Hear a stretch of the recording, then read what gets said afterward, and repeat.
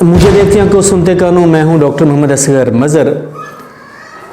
اچھا جی، جو پہلی دفعہ تشریف لائے ہیں میرے چینل پر وہ صرف یہ جان لیں کہ میں موٹیویٹ کرتا ہوں، میں موٹیویٹ ہوتا ہوں صرف اور صرف حضرت محمد کریم صلی اللہ علیہ وآلہ وسلم کی باتوں کو، ان کے حکموں کو کوٹ کرتا ہوں، آپ کو بھی سمجھانے کی کوشش کرتا ہوں اور خود کو بھی۔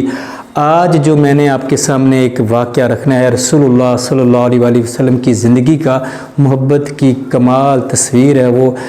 میں نہیں سمجھتا کہ آج کے دور میں یا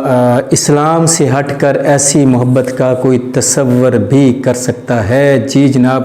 حضرت ابو بکر صدیق رضی اللہ تعالیٰ عنہ کا یہ واقعہ ہے، رسول اللہ صلی اللہ علیہ وآلہ وسلم کی زندگی سے جڑا ہوا یہ واقعہ ہے، تو سنیے اور جناب سکون اور ایک ایمان کی وہ ایک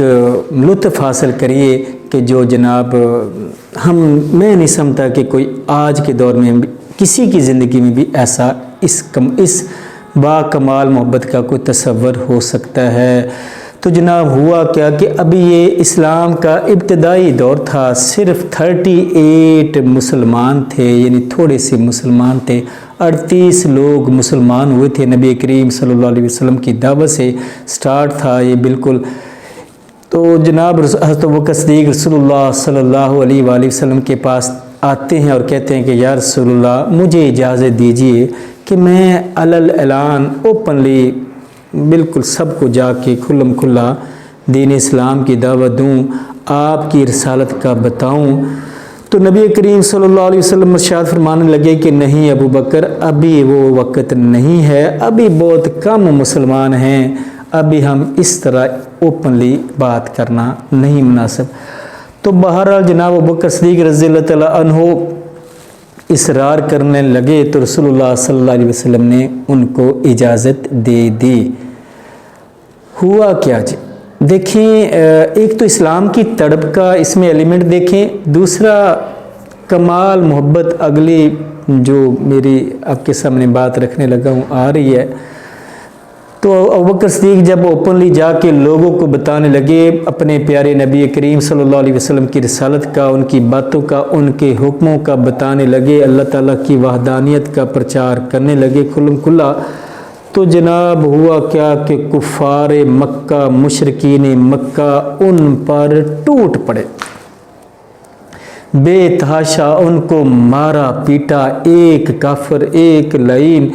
عتبہ بن ربیعہ اس کا نام، اس نے تو حضرت ابوبکر صدیق رضی اللہ تعالیٰ عنہ کے چہرے پر بے تحاشا تھپڑ مارے، بہت زیادہ تھپڑوں سے آپ کے چہرے مبارک کو پیٹا۔ تو جب بہت زیادہ لہو لہان ہو گئے، بہت مارا پیٹا گیا، تو جب آپ کے قبیلے کو پتہ چلا تو آپ کے قبیلے کے کچھ لوگ آئے اور انہوں نے آ کے حضرت ابوبکر صدیق رضی اللہ تعالیٰ عنہ کو چھڑوایا اور ان کے گھر لے گئے۔ ابو قحافہ آپ کے والد کا نام، ام الخیر آپ کی ماں کا نام۔ تو جناب لوگ یہ سمجھ رہے تھے کہ آج ابو بکر نہیں بچنے والا، مر جائے گا، جو اتنا مارا پیٹا گیا۔ سوچیے جی اس محبت کو، اور ہم بھی مسلمان ہیں، ہم بھی ان کا کلمہ پڑھتے ہیں اور نعرے لگاتے ہیں عشق رسول کے، اور اپنے کام اور اپنے گریبان میں ہم جھانکیں کہ یہ صرف زبان کی بات ہے، کھوکھلے نعرے ہیں، عمل ان کی سیرت کو نہیں اپنایا جاتا، ان کے حکموں کو نہیں فالو کیا جاتا، ایک نماز ہی نہیں پڑھی جاتی، سچ ہی نہیں بولا جاتا، رزق حلال ہی نہیں کمایا جاتا، اتنا ایمان نہیں ہے ان کی باتوں اور ان کے حکموں پر۔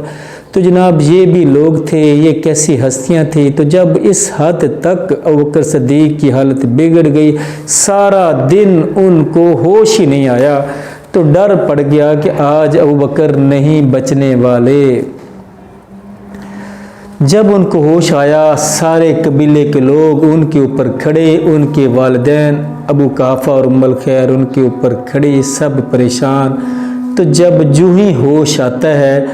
تو جناب ابوبکر صدیق رضی اللہ تعالیٰ عنہ کیا فرماتے ہیں، کس چیز کا پوچھتے ہیں؟ ہوش آتی جو پہلی ان کا کلمہ تھا کہ میرے پیارے نبی کریم صلی اللہ علیہ وسلم کا کیا بنا، وہ کیسے ہیں۔ اب